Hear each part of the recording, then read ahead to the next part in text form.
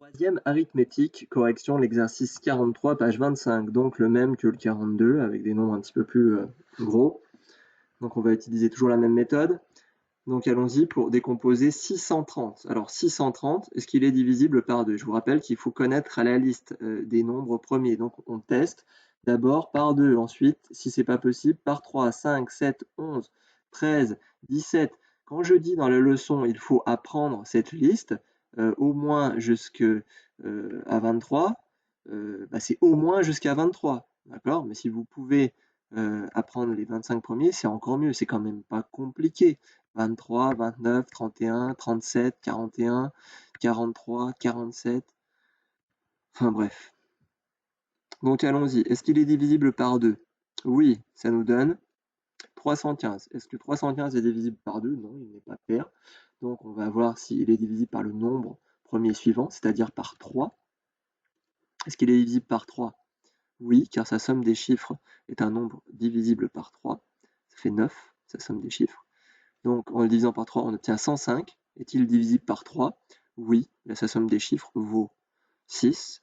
Après, je ne suis pas obligé d'utiliser le critère de divisibilité, je peux simplement prendre ma machine à calculer et faire 105 divisé par 3. J'obtiens un nombre entier, c'est qu'il est divisible par 3. Ok, 35 est-il divisible par 3? Non. Par contre, il est divisible par le nombre premier qui suit 3. Le nombre premier qui suit 3, c'est 5.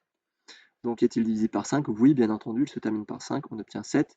7 n'est pas divisible par 5, mais c'est un nombre premier. On le sait, parce qu'on a appris au moins jusqu'à 23. Donc 7, c'est un nombre premier. Donc là, on ne cherche pas, on divise par 7. Parce qu'on ne peut pas diviser par un autre nombre, vu que c'est le principe d'un nombre premier, il est divisible seulement par 1 et lui-même. Donc 7 divisé par 7, ça fait 1. Conclusion, la décomposition, c'est 2 fois 3 fois 3 fois 5 fois 7. Ok, on peut même écrire 2 fois 3 au carré fois 5 fois 7. Voilà pour le petit a. Allons-y pour le petit b, la décomposition en facteur premier de 5005. Alors 5005, est-il divisible par 2? Non. Est-il divisible par 3? Non plus. Il est divisible par 5. On obtient 1001. Est-il divisible par 5? Ben non, il ne se termine pas par 5. Donc on va voir s'il est divisible par 7. Il se trouve que oui. Et oui, il est divisible par 7. Il suffit de prendre sa machine pour s'en rendre compte. Tant que vous refuserez d'utiliser votre machine, vous n'y arriverez pas.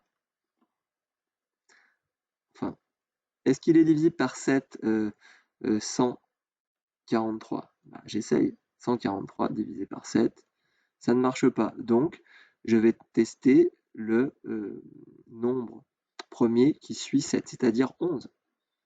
Est-ce qu'il est divisible par 11?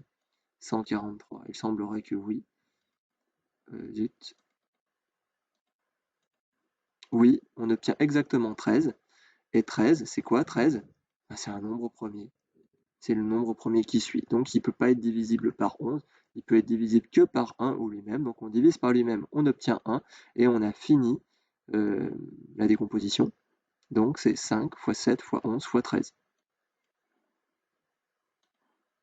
Ok, maintenant il nous reste à faire la décomposition de 3192. Allons-y. Pour 3192, est-il divisible par 2? Ben oui, il se termine par 2. Donc quand je le divise par 12, on obtient 1596. Lui-même divisible par 2 car pair, donc je continue. On obtient 778, lui-même divisible par 2 car pair. On obtient 399 qui n'est pas divisible par 2 car impair. Est-il divisible par 3? Oui. On obtient 133 qui n'est pas divisible par 3, qui n'est pas non plus divisible par 5 car il ne se termine pas par 0 ou 5, mais par contre qui est divisible par 7. Et on obtient 19. Et 19, c'est un nombre premier, donc on va diviser 19 par lui-même. On obtient 1, on a fini la décomposition. C'est 2 fois 2 fois 2 fois 3 fois 7 fois 19. On peut aussi écrire avec les puissances. 3 au cube fois 3 fois 7 fois 19. Voilà pour l'exercice 43.